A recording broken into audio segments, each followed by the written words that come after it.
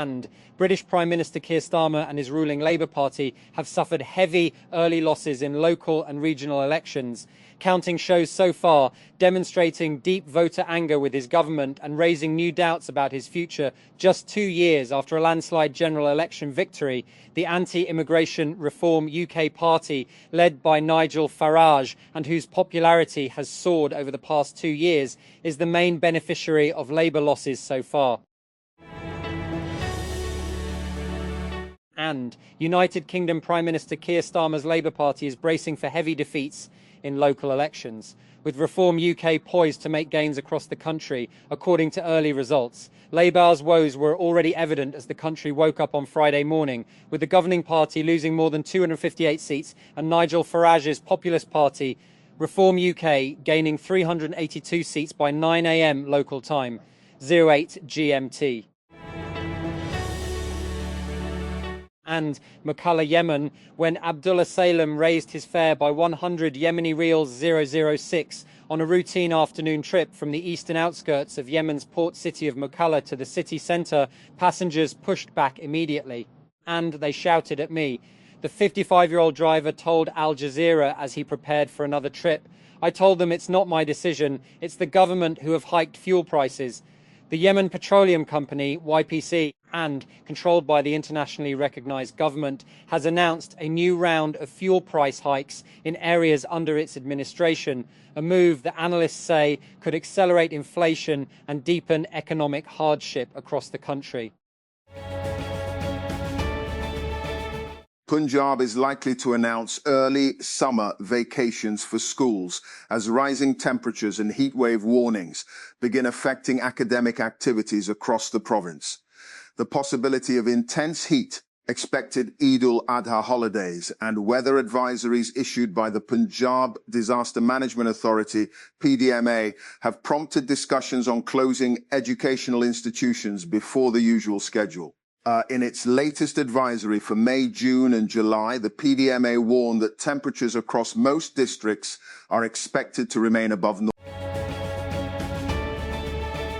And Punjab Chief Minister Mariam Nawaz on Thursday ordered a strict crackdown on corrupt officials of the Punjab Enforcement and Regulator Authority, PERA, following growing complaints of bribery, unlawful operations and public harassment. Chairing a meeting to review the authority's performance, the Chief Minister directed all PERA field personnel to wear body cameras by June 30, 2026 to improve transparency and accountability.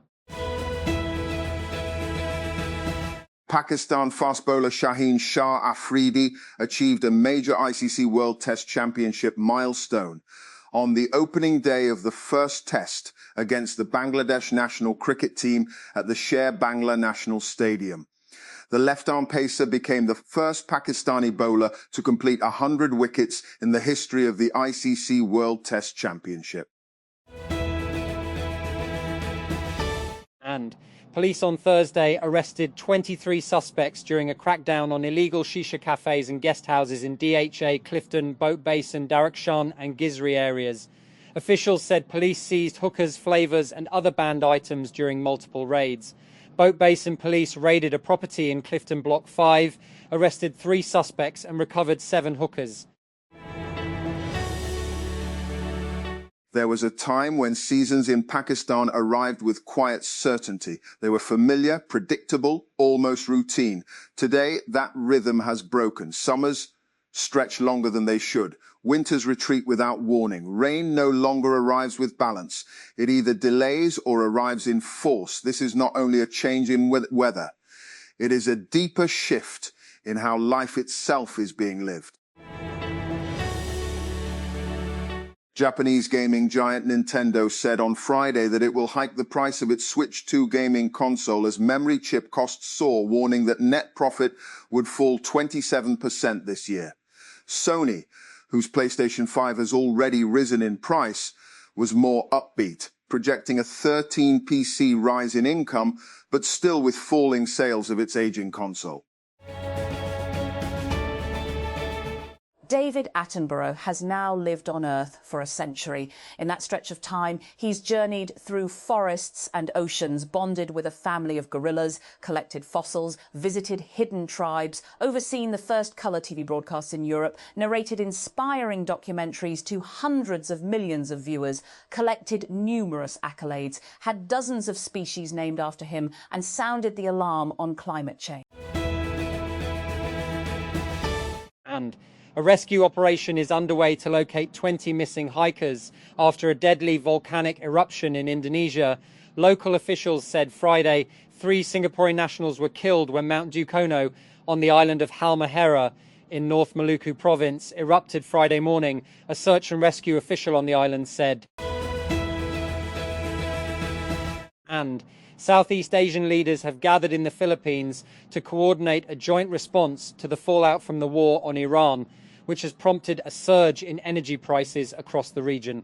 And speaking at the opening of the gathering of the Association of Southeast Asian Nations, ASEAN, on Friday, and Philippine President Ferdinand Marcos Jr. said the United States-Israeli war on Iran had been felt through higher living costs and threatened livelihoods, both in our homelands and amongst our nationals in the Middle East. And with less than 5 weeks to go until the FIFA World Cup kicks off in North America, football fans are counting down the days to the announcement of squads for the 48 participating nations. Whether it's supporters of national teams or neutral football enthusiasts, they will be eager to find out which of their favourite players, the biggest international stars or surprise additions, will make the final cut. May 9 is a venerated date on the Russian calendar, the anniversary of the Soviet Union's victory over Nazi Germany in World War II is usually commemorated with a grand military parade outside the Kremlin on Moscow's Red Square. For modern Russia, it's the main holiday of the year, said Oleg Ignatov, senior Russia analyst at Crisis Group.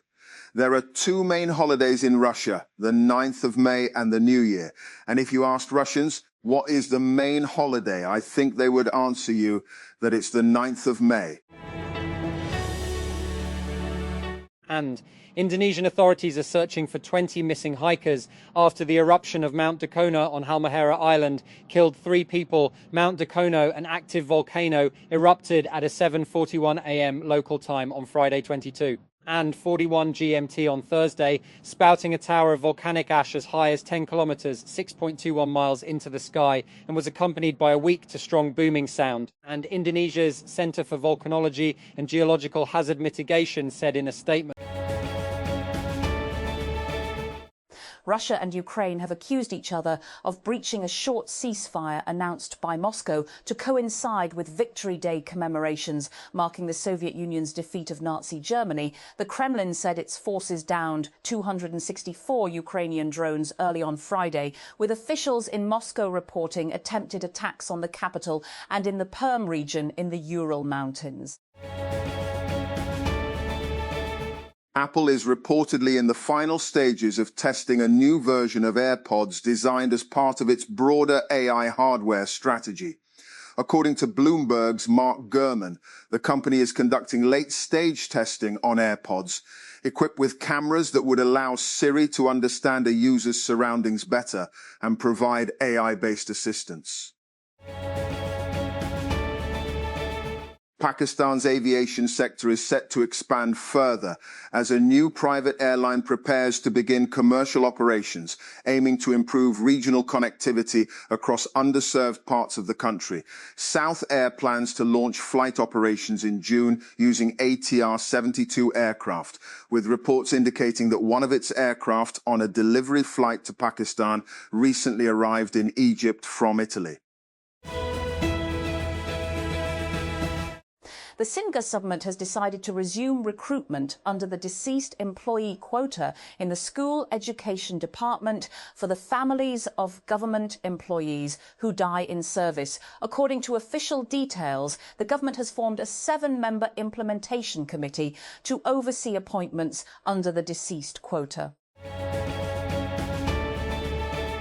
And And the Punjab government has decided to establish the Punjab Pakistan Pavilion at the World Urban Forum to showcase its housing and urban development initiatives on a global platform.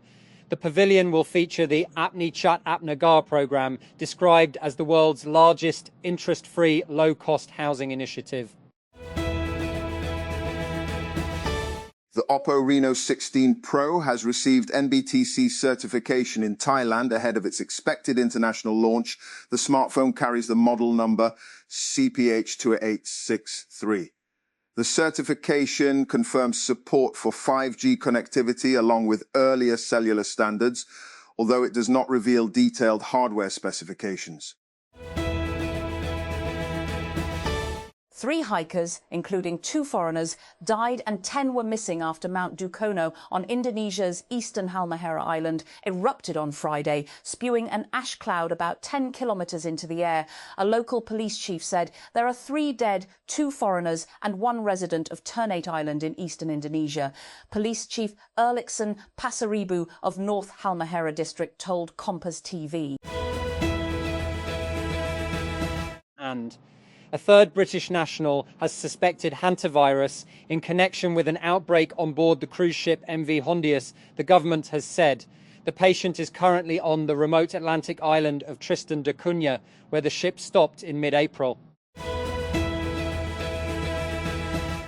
And Hollywood star Rebel Wilson has been accused of making a complete revision of history in a defamation case brought against her by a young Australian actress, Charlotte McInnes, who stars in Wilson's film The Deb, is suing the Bridesmaids actress for harming her reputation in Instagram posts in 2024 and 2025.